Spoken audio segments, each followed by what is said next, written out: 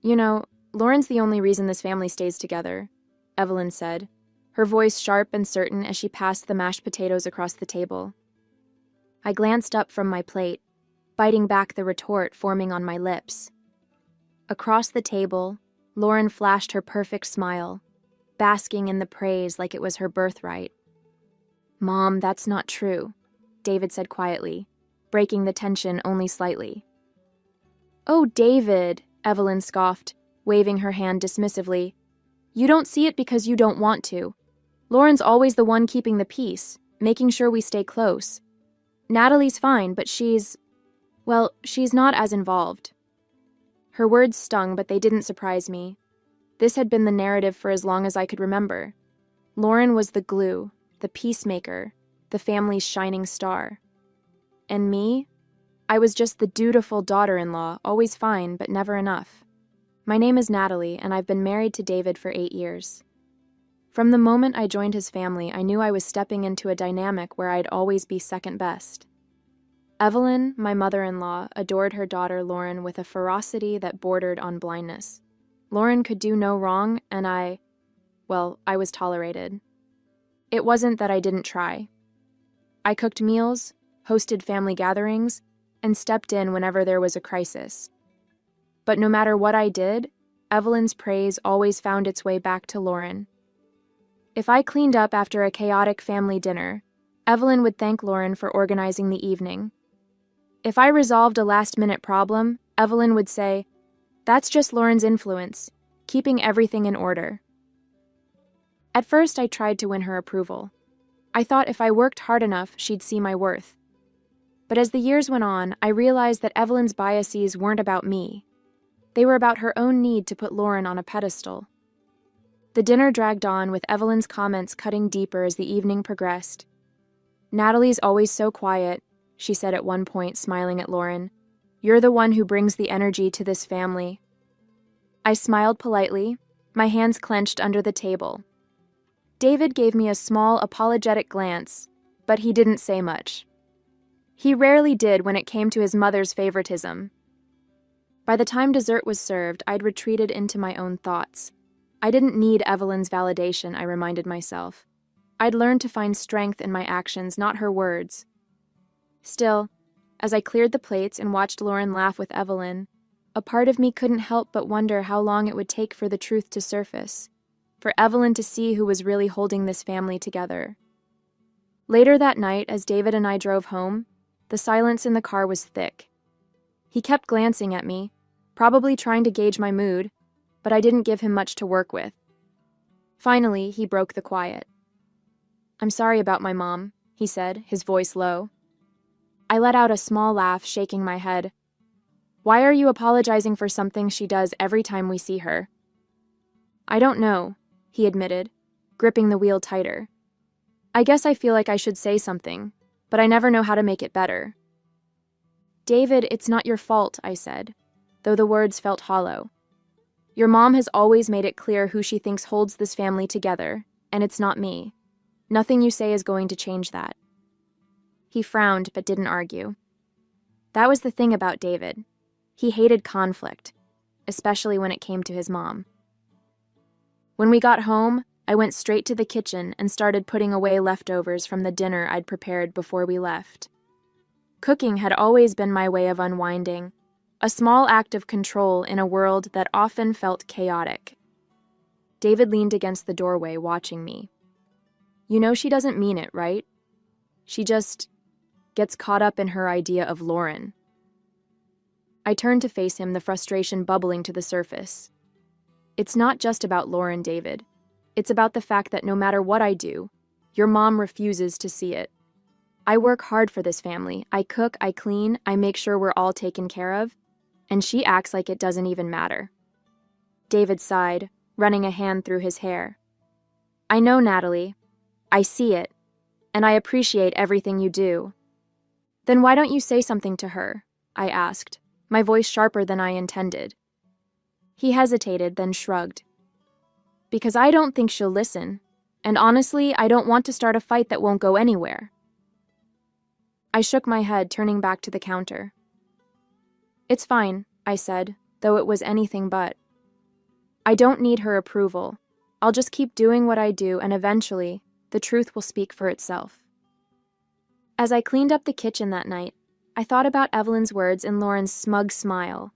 They didn't know half of what I did to keep this family afloat, financially, emotionally, and in every other way that mattered. But I wasn't going to waste my energy trying to prove it to them. Sooner or later, life would show them the truth. And when it did, I would be ready. A few weeks later, the cracks in the family's facade began to show. It started subtly, Evelyn mentioning how money seemed tighter than usual, Lauren complaining about a canceled spa trip. At first, I thought it was just normal ups and downs, but soon it became clear that something more serious was going on. One evening, David came home looking more stressed than I'd seen him in years. He dropped his bag by the door and sat heavily at the kitchen table. "What's wrong?" I asked, sitting across from him. "It's my mom," he said, rubbing his temples. "She called today, asking if we could lend her some money. Apparently, Lauren borrowed a significant amount from her, and now she's struggling to cover her bills." I blinked, stunned. "Wait, Lauren borrowed money? For what?" He sighed. "Something about helping a friend start a business. It didn't work out, and now my mom's footing the bill."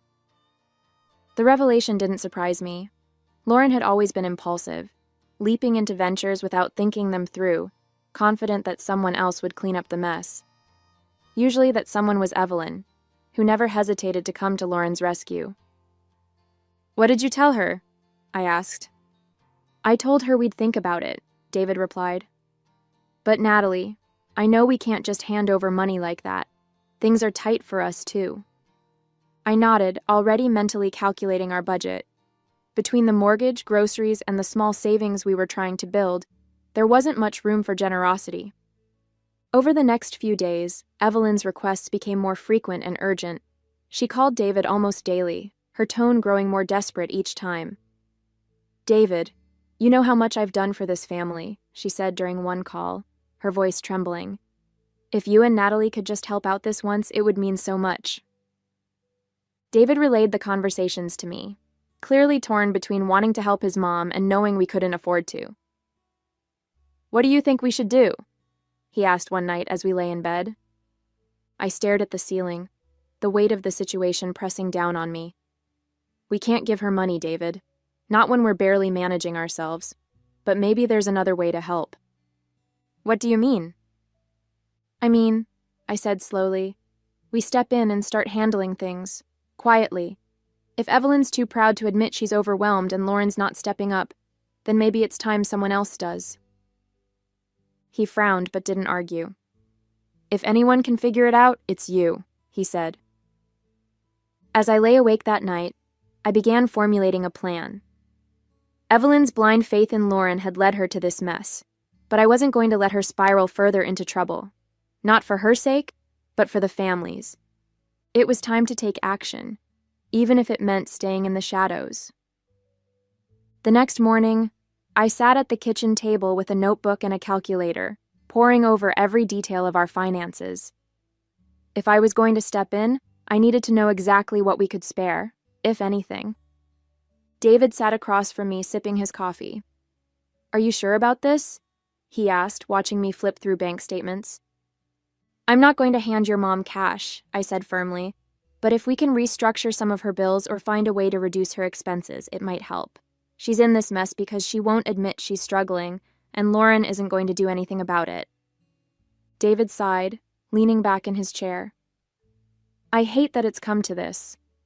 She shouldn't have to rely on you." "She doesn't have to," I replied, glancing up at him. "But someone needs to fix this before it gets worse." I started by contacting a financial consultant I knew from work. Over the next few days, I gathered information about Evelyn's debts, her monthly expenses, and the loans she'd taken on for Lauren's failed business ventures. The picture that emerged wasn't pretty. Credit card balances maxed out, overdue utility bills, and a looming mortgage payment she couldn't cover. Through it all, Evelyn remained oblivious to my involvement. I didn't tell her about the hours I spent negotiating lower interest rates on her loans, or finding payment plans that wouldn't drown her further in debt. David offered to talk to her, but I told him not to. She won't take it seriously if it comes from you, I said. And if she finds out I'm involved, she'll reject the help out of pride. He didn't argue, but I could see the guilt in his eyes. Meanwhile, Lauren remained conspicuously absent. Evelyn continued to sing her praises at family gatherings, saying things like, "Lauren's so stressed these days. She's doing so much for everyone." I bit my tongue every time, knowing full well that Lauren wasn't lifting a finger to fix the mess she'd created. The weight of it all was exhausting. Between managing our household, handling Evelyn's financial crisis, and keeping up appearances at family dinners, I felt like I was juggling 1,000 plates. But I refused to let it show. Evelyn didn't need to know how hard I was working to keep her afloat, and Lauren certainly didn't deserve the satisfaction of knowing I was cleaning up after her. One night, as David and I sat on the couch after another long day, he turned to me and said, "You're incredible, you know that?" I smiled faintly, too tired to argue. "Let's just hope it works," I said. "It will," he replied, squeezing my hand. "Because you're the one holding everything together, even if no one else sees it yet." 2 weeks later, I started to see the results of my work. Evelyn's overdue bills were now manageable, her mortgage payments had been adjusted, and her interest rates were significantly lower. The changes weren't monumental, but they were enough to keep her afloat. Despite the progress, Evelyn's praise for Lauren remained constant. "Lauren's been such a rock for me," she said one evening over dinner. "She always knows just what to say to keep me calm." I clenched my jaw, forcing a tight smile. "That's great, Evelyn. I'm glad she's been there for you." David gave me a sympathetic look, but he stayed quiet.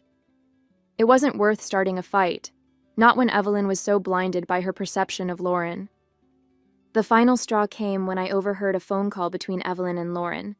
I'd stopped by Evelyn's house to drop off some paperwork related to her new payment plans. As I walked up the driveway, I heard her voice through the open window. "Don't worry about it, Lauren," she said, her tone warm and reassuring. "I'll figure it out. You've already done so much for this family." I froze, my stomach twisting. Done so much? Lauren hadn't done a thing except create the financial mess I'd been working tirelessly to fix. When I knocked on the door, Evelyn greeted me with her usual strained politeness. "Natalie, what a surprise," she said, stepping aside to let me in. "I just wanted to drop these off," I said, handing her the folder. "They're the finalized payment schedules for your bills. Everything should be in order now." She glanced at the papers briefly, then set them aside without much acknowledgement. "Thank you," she said almost dismissively, "but you didn't have to go to so much trouble." "It wasn't any trouble," I replied evenly, though my chest ached at her indifference. As I drove home, the frustration boiled over. I'd spent weeks fixing Evelyn's finances, sacrificing my time and energy, all while she continued to heap credit on Lauren. David found me in the kitchen later that night, furiously scrubbing a pan. "What happened?" he asked, concern etched across his face. "She doesn't even care," I said, my voice shaking. "I've done everything to help her, and all she can talk about is how amazing Lauren is." He sighed, wrapping his arms around me. "I'm sorry, Natalie. She'll see the truth eventually. People like Evelyn can't ignore the facts forever." I leaned into him, letting the tears I'd been holding back finally fall. "She'd better," I said quietly, "because I'm done letting her take me for granted." After that night, I made a decision. I wasn't going to argue with Evelyn or try to convince her of my worth. Instead, I would focus on finishing what I started. The truth would come out in its own time, and when it did, there would be no denying what I had done for this family. Over the next few weeks, I continued to manage Evelyn's finances, streamlining her payments and negotiating better terms with creditors. Every improvement I made strengthened her financial position, yet I remained in the shadows. Meanwhile, Lauren's absence became more glaring. She wasn't around for family dinners anymore, claiming she was too busy. Evelyn still spoke about her as though she were some kind of savior, but the cracks in her illusion were starting to show. One afternoon, I received a call from Richard, the financial consultant I'd enlisted to help Evelyn. Natalie, I've just finished reviewing Evelyn's account, he said. She's in a much better place now, but there's something you should know. What is it? I asked, my stomach tightening. Her daughter, Lauren, has been funneling money from Evelyn's account to cover her personal expenses. It's been going on for months. The air left my lungs. Are you sure? Positive, Richard replied. The transfers are small enough to fly under the radar, but they add up. Evelyn might not even realize it's happening. I thanked him and hung up, my mind racing. Lauren wasn't just neglecting her responsibilities. She was actively sabotaging Evelyn's finances. That evening, I told David what Richard had uncovered. His face darkened as I laid out the details. This has gone too far, he said. You've done everything to help my mom, and Lauren's just taking advantage of her. I know, I said, my voice steady. But this isn't about Lauren anymore. It's about Evelyn understanding who's really been there for her. What are you going to do? He asked. I met his gaze, a newfound determination in my chest. I'm going to make sure she sees the truth. The next day, I scheduled a family meeting. Evelyn was hesitant and Lauren was predictably late, but I didn't let it deter me. When we were all seated in Evelyn's living room, I handed her a folder containing the financial records Richard had compiled. What's this? She asked, flipping through the pages. It's the truth, I said, my voice calm but firm. Everything I've done to help you, and everything Lauren's been doing behind your back. Evelyn's eyes widened as she read, her hands trembling. Lauren immediately tried to dismiss it. Mom, you can't believe this. Natalie's just trying to make me look bad. But the evidence was irrefutable, and for the first time, Evelyn couldn't brush it aside. The silence in the room was deafening as Evelyn flipped through the documents. Her hands shook, her face pale, as the reality of the situation sank in. Lauren shifted uncomfortably in her chair, her usual confidence slipping. This can't be right, Evelyn stammered, though her voice lacked conviction. It is, I said firmly. For months, Lauren has been siphoning money from your accounts while you've been struggling to stay afloat. Meanwhile, I've been the one negotiating with creditors, managing your payments, and ensuring you didn't lose your home. Lauren shot to her feet, her voice shrill. Mom, this is ridiculous. Natalie's just trying to make me look bad because she's jealous of how close we are. I met her glare with calm resolve. This isn't about jealousy, Lauren. It's about the truth. And the truth is, you've been taking advantage of your mother while I've been cleaning up your mess. Evelyn's gaze darted between us, her expression a mix of disbelief and dawning realization. Lauren, she said finally, her voice trembling. Is this true? Lauren faltered, her bravado crumbling. I didn't mean for it to get out of hand, she muttered. I was going to pay it back. Pay it back with what? I countered, my tone sharp. Another failed scheme? Another excuse? For the first time, Evelyn didn't defend her daughter. She slumped back in her chair, the weight of her favoritism crashing down around her. How could you do this, Lauren? She whispered. I trusted you. I thought you were helping me. Lauren didn't respond. Instead, she grabbed her purse and stormed out of the room, slamming the door behind her. The tension lingered, heavy and oppressive.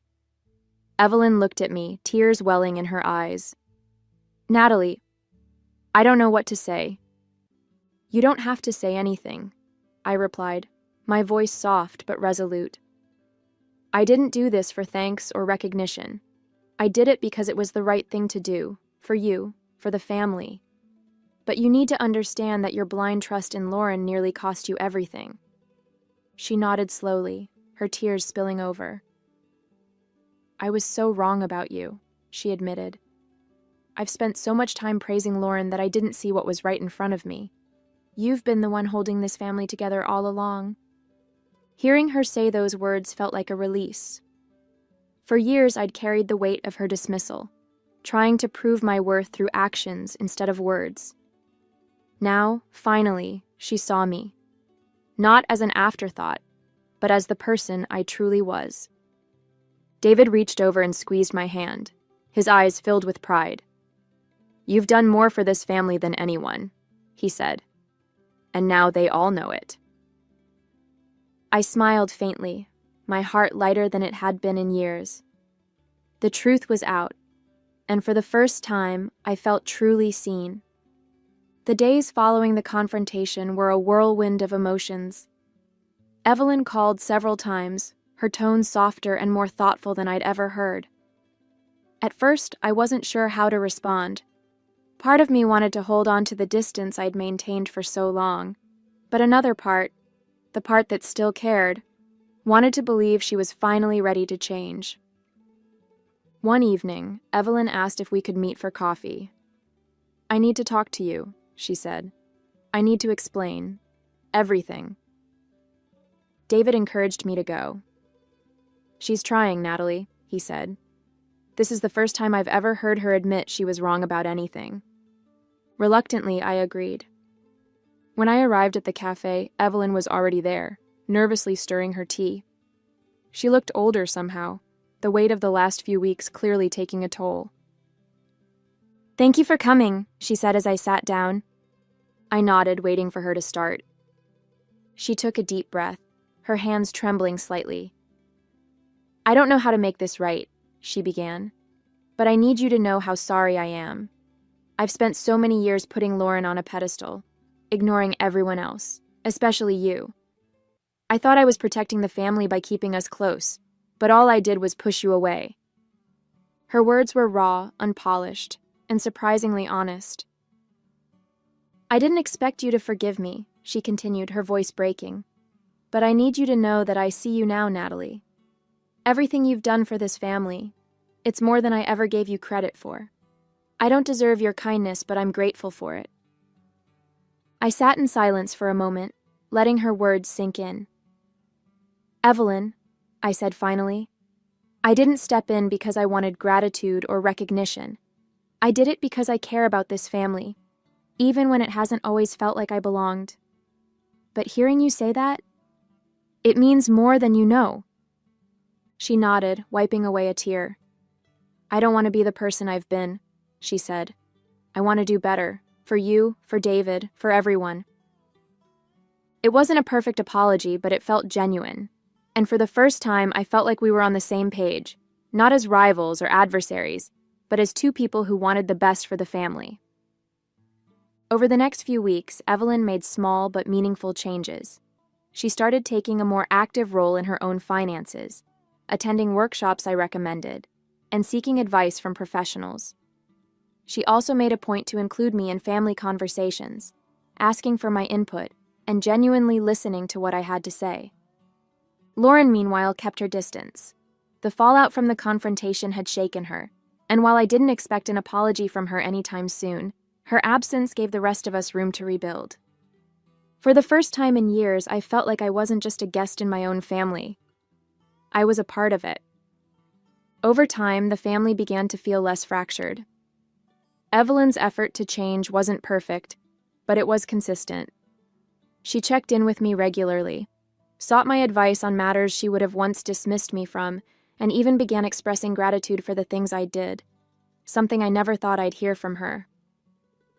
One afternoon, as we sat in her living room reviewing her updated financial plans, she looked up from the papers and said, "I don't think I ever thanked you properly, Natalie. You didn't have to do any of this, but you did, and it saved me." I paused, surprised by the sincerity in her voice. "You don't have to thank me, Evelyn," I said carefully. "I just wanted to make sure the family didn't fall apart." She shook her head. "It's more than that. You've been the foundation of this family for years, and I was too blind to see it. That's on me. But I see it now, and I'll never take that for granted again." Her words settled something deep inside me. For years, I'd silently carried the burden of her dismissal, wondering if I would ever be enough in her eyes. Now, for the first time, I felt seen, not for what I could do, but for who I was. Meanwhile, Lauren's absence created space for healthier family dynamics. Without her constant need for attention and Evelyn's unquestioning support, conversations became more balanced. David noticed the change too. "It's nice to come over and not feel like we're walking on eggshells," he said one evening, as we drove home from dinner at Evelyn's house. "It is," I agreed, though I knew it was more than just Lauren's absence. Evelyn's efforts to repair our relationship had brought a sense of calm to the family that I hadn't realized we'd been missing. At work, I found myself reinvigorated. The challenges I'd faced with Evelyn had taught me more than I expected about patience, resilience, and the power of staying true to my values. Those lessons spilled over into my professional life, giving me a renewed sense of purpose. One day, as I was wrapping up a meeting, Evelyn called. "I'm thinking about hosting a family dinner," she said, her tone hopeful. "It's been a while since we all sat down together, and I'd like to make it special. Would you help me plan it?" Her request was simple, but it carried so much weight. "Of course," I said, smiling. "I'd love to." As I hung up, I felt a warmth I hadn't associated with Evelyn in years. She wasn't perfect, and our relationship wasn't magically fixed, but it was moving in the right direction. And for the first time, I felt like I had a place at the table, not because I demanded it, but because I'd earned it. The family dinner Evelyn planned was unlike any we'd had before. There was a lightness to the atmosphere, a warmth that hadn't existed in years. The dining table was set with care, the food thoughtfully prepared, and the conversation flowed naturally. For once, there was no tension, no subtle digs or favoritism overshadowing the evening. Midway through the meal, Evelyn raised her glass. "I just want to say something," she began, her voice steady but emotional. Everyone fell silent, the clinking of forks and knives stopping as we turned to her. "For years I've seen this family through one lens, one that wasn't always fair," she said. Her gaze shifted to me, and for a moment it felt like we were the only two people in the room. "Natalie, I owe you an apology. I didn't recognize everything you've done for us, for me. But I see it now. You're the reason this family is still standing, and I'll never forget that." A lump formed in my throat, but I managed a small smile. "Thank you, Evelyn," I said softly, my voice wavering. "That means a lot." David squeezed my hand under the table, his pride evident in the way he looked at me. After dinner, as the guests began to leave, Evelyn pulled me aside in the kitchen. "I've been thinking about what you said," she began, her tone earnest. "About Lauren, about me. I let her take advantage of me because it was easier than admitting I'd made mistakes, but I won't let that happen again." Hearing her acknowledge the pattern was more than I'd hoped for. "It's not easy to break old habits," I said gently. "But you're trying, and that's what matters." She nodded, a faint smile touching her lips. "You've taught me more than I can put into words, Natalie. I don't know how to repay you." "You don't have to repay me," I replied. "Just keep moving forward. That's all I need." That night, as David and I drove home, I felt a sense of peace I hadn't experienced in years. The journey with Evelyn hadn't been easy, and there was still work to be done, but we were in a better place, one built on mutual respect and understanding. For so long, I'd sought validation from her, believing that my worth depended on her approval. But now, I realized that I didn't need her to see me to know my own value. Evelyn's recognition was a bonus, not the foundation. As I lay in bed that night, I reflected on everything we'd been through. I wasn't just the daughter-in-law anymore. I was a vital part of this family, not because of what I'd done, but because of who I was. And that, I realized, was enough.